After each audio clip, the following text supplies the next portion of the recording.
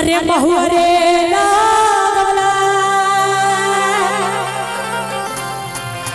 अमवा लगवला पिया हो। अरे महुआ रे लागवला कि काहे ना लगवला अरे पिया हो। निमिया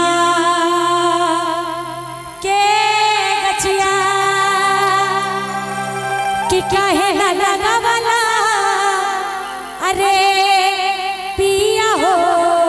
तो झूमेंगे कितने लोग झूमेंगे? दोनों हाथ उठा के झूमेंगे।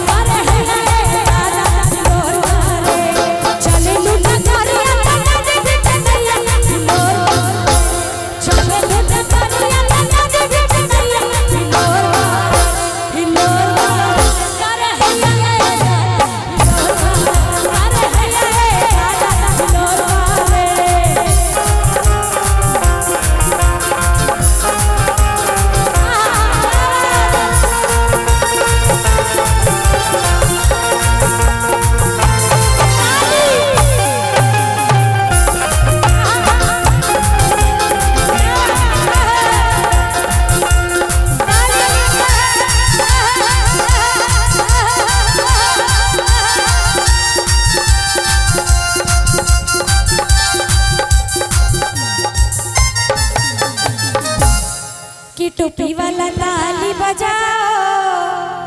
आहा देख लीजिए कौन कौन टोपी वाले, वो बातचीत करने में कोई बिजी है, कोई सोने में बिजी है। कि टोपी वाला ताली बजाओ, जो जो टोपी वाले ताली बजाइए एक बार आपके लिए लाइन। बोले सच्चे दरबार की, बोले सच्चे दरबार की। और कह रहे कैसे कि निमिये मेहरा माई के निमिये ससुरा